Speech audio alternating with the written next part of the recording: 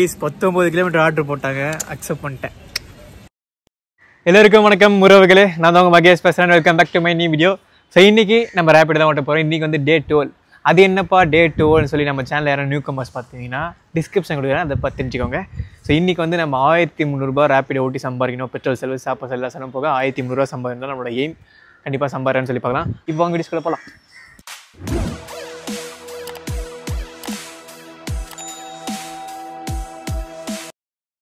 12:15 ஆகுது. ஸோ இந்த டைமில் ஒன்றும் நம்ம ஆன் கூட பண்ணல ரேபிடோ. ஸோ இந்த டைமில் தான் நம்ம கிளம்ப போகிறோம். ரேபிடோ ஒன்று ஆன் பண்ணலையே கேட்டால் ஆன் பண்ணல. ஸோ இப்போ தான் ஆன் பண்ண போகிறேன். 12:25க்கு நம்ம ஆன் பண்ணியிருக்கோம். ரெயின் கோட்லாம் வச்சுருக்கிறேன். ஸோ இது பண்ணி மாட்டி விட்டுற வேண்டியதான்.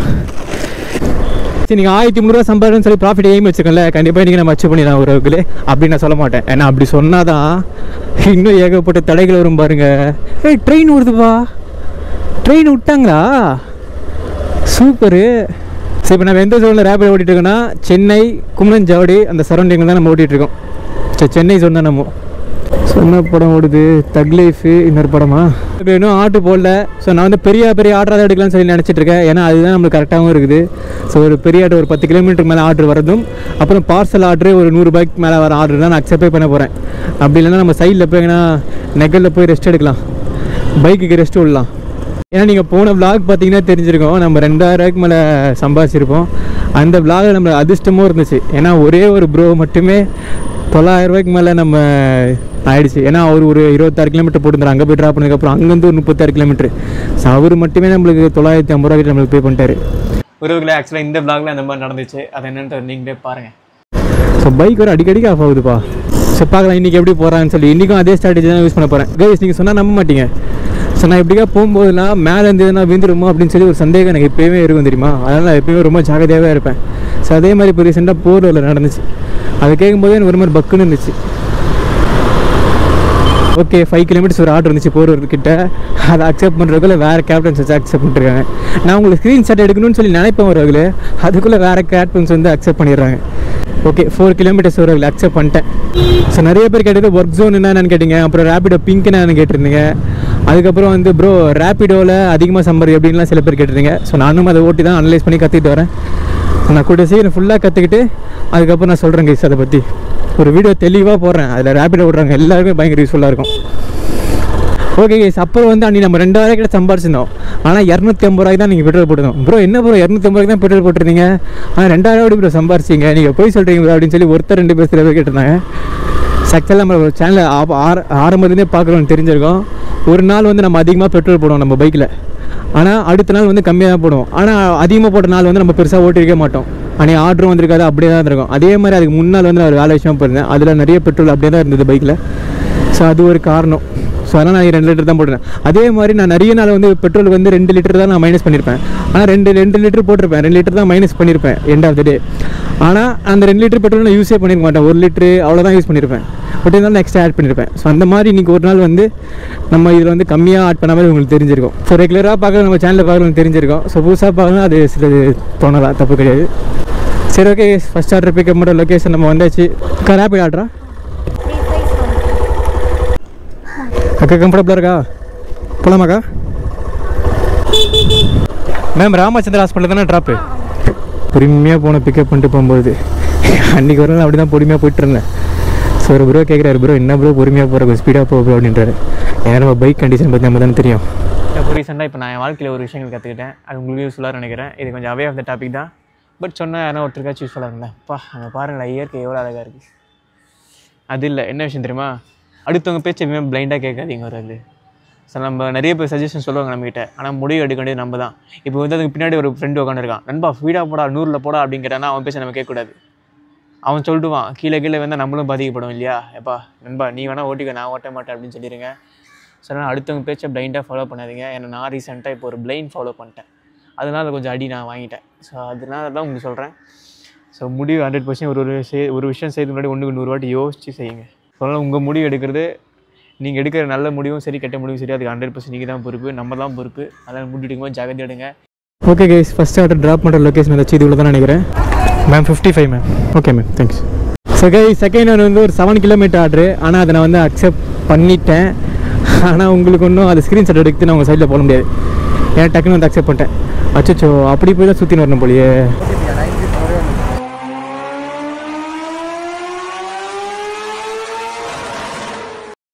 ஓகே செகண்ட் ஹேண்ட் வந்து ட்ராப் பண்ண போகிறேன். எவ்வளோ வருதுன்னு சொல்லி பார்க்கலாமா ப்ரோ? 101 ப்ரோ. Okay bro.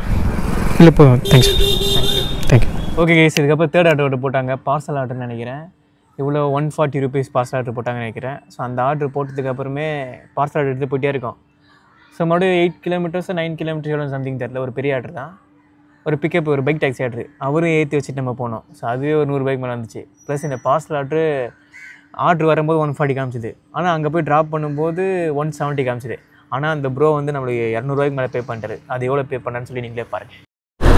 வாங்க வரவங்களே, அடுத்த 12 கிலோமீட்டருக்கு ஜாலியாக போகலாம் வாங்க. நான் டெலிவரி பண்ணிகிட்டு இருக்கும்போதெல்லாம் எப்பயுமே ஜாலியாக பாட்டு பாடிட்டு பாட்டு கேட்டுனே போவோம் தெரியுமா. ஸோ நான் இப்போ ரேப்பிடோ ஓட்டும் போது தான் பாட்டெலாம் பாட முடியறதில்ல, கேட்டு போக முடியறதில்ல. ஏன் பின்னாடி ஒருத்தர் உட்காந்துருக்காங்க. நான் விளாக் பண்ணும்போது அவங்ககிட்ட பர்மிஷன் கேட்டு தான் விளாக் பண்ணுவேன்.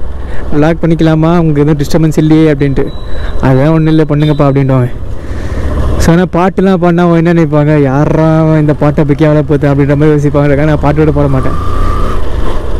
ஸோ அது மட்டும் தான் இப்போ எனக்கு ரேப்பிடில் கொஞ்சம் பிரச்சனையாக இருக்குது கேஸ். இது முதலாய் சிறு சிறப்பு முதுகு தண்டில் குரு குருப்பு முழு விவரம் எனக்கு சொல்வாயா. கேஸ் போகிற வழியிலே வந்து 8 கிலோமீட்டர் ஒரு ஆர்டர் வந்துச்சு, அக்செப்ட் பண்ணிட்டேன்ப்பா. இது வந்து நம்ம இப்போ அந்த பார்சல் ஆர்டர் தானே, பின்னாடி உட்காரதுக்கு ஆள் கேப் அதுக்கு காலி தானே இருக்குது. ஸோ போகிற வழியிலே அப்படி நம்ம கூப்பிட்டு போய் வேண்டியதான் இவங்களை.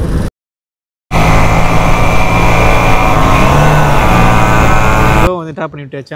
அந்த ஆர்டர் எவ்வளோ திரும்ப வந்துச்சு, 111 ரூபா வந்துச்சு. ஸோ அந்த ஆர்டர் கூட நம்ம இன்னொரு ஆர்டர் பார்சல் எடுத்து வந்தோம் இல்லையா, அது வந்து பக்கத்துலேயே தான் கைஸ். இதை பாருங்கள். ஸோ 650 மீட்டர் தான், பக்கத்துலேயே தான். ஸோ பாருங்கள், அப்போ நம்ம பால் மாறிட்டு என்னடா அது அந்த ரைட் ஆர்டர் நம்ம எடுக்கணுமா அப்படின்னு நினச்சிட்டு இருந்தோன்னா அந்த 111 ரூபா வந்திருக்குமா. ஸோ இந்த ஆர்டர் எவ்வளோ வருதுன்னு சொல்லி பார்க்கலாம். ஸோ கைஸ், அந்த ஆர்டரே வந்து நம்ம கொடுத்து முடிச்சாச்சு. அந்த ஆர்டர் எவ்வளோ திரும்ப வந்துச்சு, 172 ரூபா தான் நினைக்கிறேன் அமௌண்ட்டு. ஸ்க்ரீன்ஷாட் எடுத்து நம்ம சைடில் போகிறோம் பாருங்கள். ஆனால் அந்த ப்ரோ வந்து 210 ரூபா பண்ணி விட்டார் கைஸ்.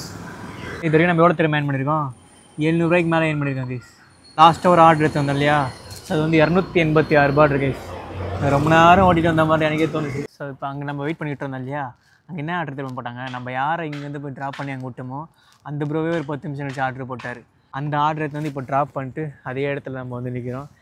941 ரூபாய்க்கு ஏர்ன் பண்ணியிருக்கோம் கைஸ். நம்ம மெயின் ரோட் வரைக்கும் போயிட்டுருக்கோம். ஏன் அப்படின்னா அந்த வர வழியில் ஒரு பஜ்ஜி கடை பார்த்தேன்பா. சுட பஜ்ஜி போட்டிருந்தாங்க. இருக்கிற பசிக்கு நல்லா போய் சாப்பிடணும்னு தோணுச்சு. வாங்க போய் சாப்பிட்லாம். ஏன்னா எவ்வளோக்கு எவ்வளோ சாப்பிட்றோமோ அவ்வளோக்கு எவ்வளோ தாங்க நம்ம தெம்ப ஓட்ட முடியும். பார்த்தோன்னே கண்டுபிடிச்சிங்களா? ஓகேண்ணா, நல்லா இருக்கேண்ணா. நீங்கள் நான் ரேப்பிட் ஓட்டிகிட்ருக்கீங்களா? ஓகேண்ணா, பரவாயில்ல, கண்டுபிடிச்சிங்களே. டெய்லி பார்க்குறீங்களா? நல்லா இருக்கேண்ணா நம்ம வீடியோஸ். தேங்க்ஸ்ண்ணா. நான் போய் சாப்பிட்றேன், பசி பயங்கரமாக எடுக்குது. சின்ன ஆர்டர் வந்து போட்டே தான் இருக்கிறாங்க. நான் ஹார்ட் ஆப்ஷன் இருக்குல்ல, உங்களுக்கு தெரியும்ல கைஸ், இந்த ஹார்ட் ஆப்ஷனை கொடுத்து நான் பூந்தமல்லியை வந்து ஆன் பண்ணி வைக்கிறேன். அதை ஆன் பண்ணி வச்சேன் அப்படின்னா அந்த லொக்கேஷனை அப்படி போகிற வழி தானே ஆர்டர் வரும். எங்கே இருக்குன்னா அம்பத்தூரில் இருக்கும் கைஸ். நல்லா டேஸ்ட்டாக இருக்குது பஜ்ஜி. எவ்வளோ தான் தெரியல, கொஞ்சம் ஐஃபையாக இருக்குது. 15 ரூபா இருக்குமோ. அதனால் சாப்பிட்ற வச்சு கணக்கு பார்க்கக்கூடாதுன்னு எங்கள் அம்மா சொல்லி தரேன்.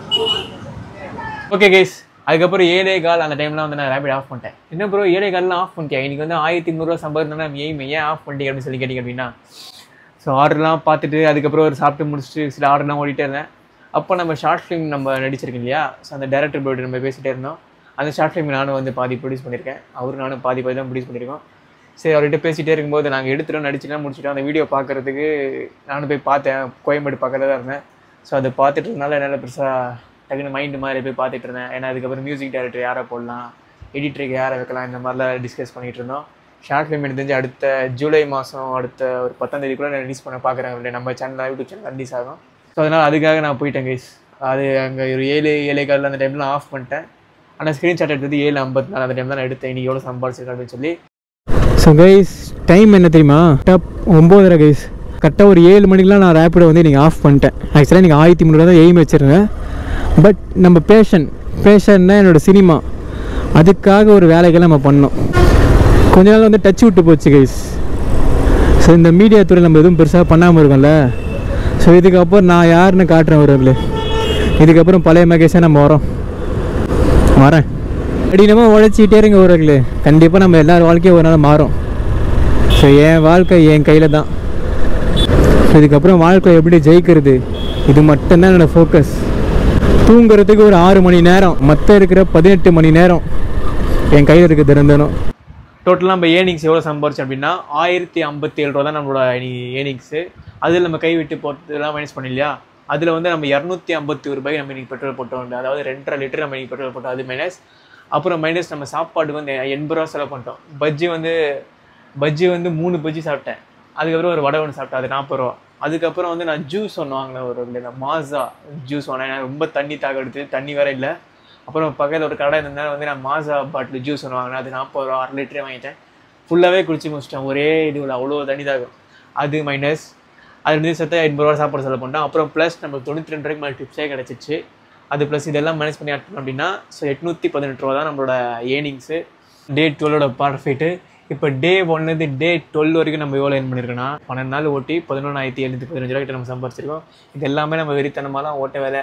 மேக்ஸிமம் ஒரு 12 ஹவருக்குள்ளேயே தான் ஓட்டிருப்போம். இது எல்லாமே ரேப்பிடோ வேறு என்ன டவுட் இருக்குது அதை பற்றி தான் கமெண்ட்ஸை சொல்லுங்கள்.